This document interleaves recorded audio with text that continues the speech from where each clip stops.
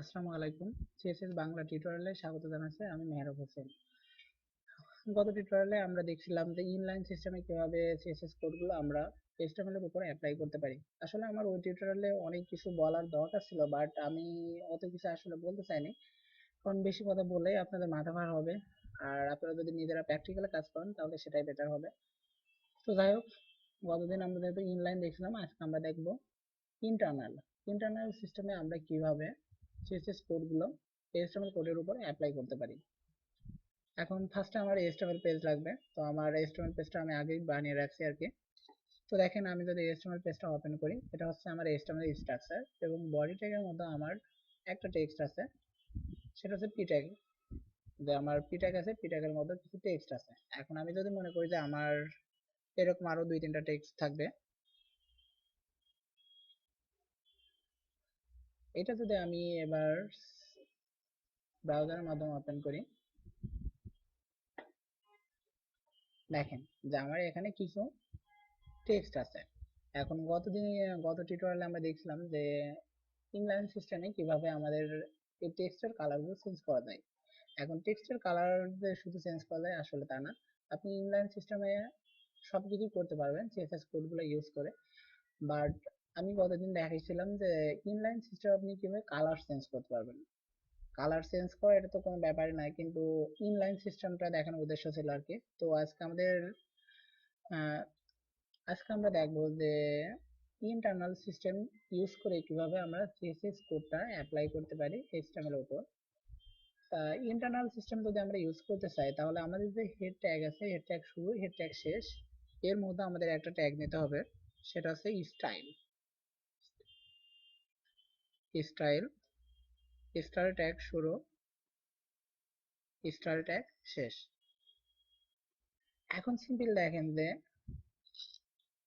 আগে আমরা ইউজ করছিলাম ইনলাইন সিস্টেম। ইনলাইন সিস্টেম কেমন ছিল, যে আমার যে লাইনটাকে আমি সুন্দরভাবে সাজাইতে চাচ্ছি, যে এটার ব্যাকগ্রাউন্ড কালার চেঞ্জ করবো অথবা কালার চেঞ্জ করবো, এরকম কাজ করার জন্য আমরা এই লাইনেই সিএসএস কোডগুলো লিখছিলাম। কিভাবে লিখছিলাম, এখানে স্টাইল নামে একটা অ্যাট্রিবিউট লিখে মাঝখানে আমরা সিএসএস কোড ইউজ করছিলাম।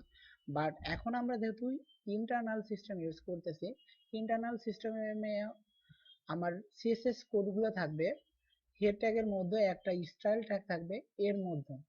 বাট এই সিএসএস কোডগুলো কাজ করবে আমার বডি ট্যাগের মধ্যে যে টেক্সট অথবা ট্যাগ আছে এই ট্যাগের উপর। এখন সিম্পল আপনি দেখেন যে আমি যদি লিখি যে কালার,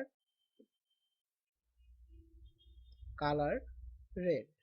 এখন আমরা জানি যে সিএসএস কোডে যদি আমরা কালার রেড লিখি, তাহলে আমাদের যত টেক্সট আছে বডি ট্যাগের মধ্যে যে টেক্সট আছে, সেই টেক্সটের কালারটা হবে রেড কালার। এখন দেখেন যে এখানে আমার লাইন আছে চারটা, আর আমি এখানে লিখছি যে কালার রেড। এখন এখানে আমি শুধু সিএসএস কোডে লিখছি যে কালার রেড, আমার যে টেক্সট আছে টেক্সটের কালারটা রেড হবে। কিন্তু এখানে তো আমার ট্যাগ গুলো আছে, এখানে তো আমি বলে দিই নাই যে আমার বডি ট্যাগের মধ্যে যে পি ট্যাগ আছে এই ট্যাগের কালার হবে রেড।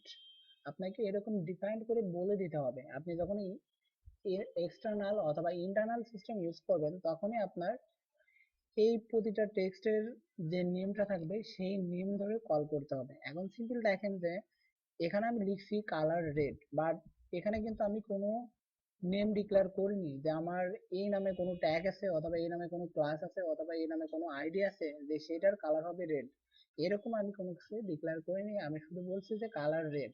এখন কালার রেড হবে, কোনটার কালার রেড হবে সেটা কিন্তু আপনাকে ডিফাইন করে দিতে হবে। এখন সিম্পল দেখেন যে আমি যদি চাই যে আমার বডি ট্যাগের মধ্যে যে পি ট্যাগ আছে এই টোটাল পি ট্যাগের কালারটা হবে রেড, তাহলে আপনাকে কষ্ট করে এখানে এই ট্যাগের নেম অনুসারে একটা নেম দিতে হবে, যে পি, তারপর আপনি সেকেন্ড ব্র্যাকেট শুরু করেন, সেকেন্ড ব্র্যাকেট শেষ।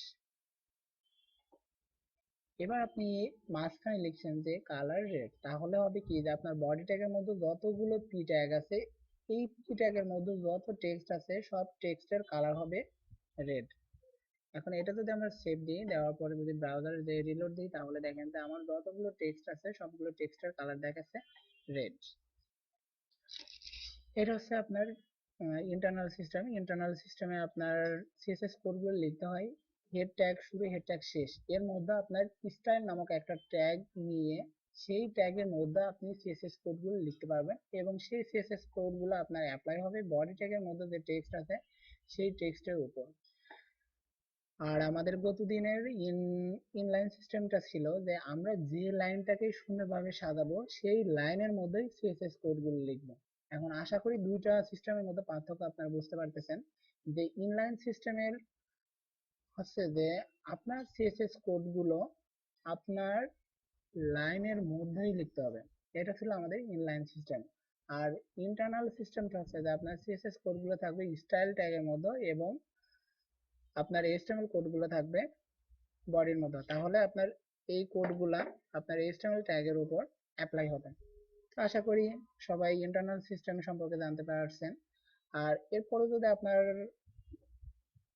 ভালোভাবে সবকিছু জানতে হয় তাহলে আপনি অনলাইন হেল্প নিতে পারেন অথবা আমার ফেসবুকের যে পেজ আছে ওয়েব ডেভেলপমেন্ট সেখানেও লিখতে পারেন, সেখানে আমি আশা করি বিস্তারিত সব দেখাতে পারবো। আর যেহেতু এটা ভিডিও টিউটোরিয়াল বানাচ্ছি, এটা সাইজ বেশি বড় হয়ে গেলে সমস্যা, যার কারণে আমি অনেক কিছু শর্টকাট বলছি। তো আশা করি এতটুকু দেখে আপনারা ইন্টারনাল সিস্টেম সম্পর্কে কিছুটা হলেও ধারণা লাভ করতে পারবেন। তো যাই হোক, পরের টিউটোরিয়ালে স্বাগত জানিয়ে আমি শেষ করছি। আল্লাহ হাফেজ, ভালো থাকবেন সবাই।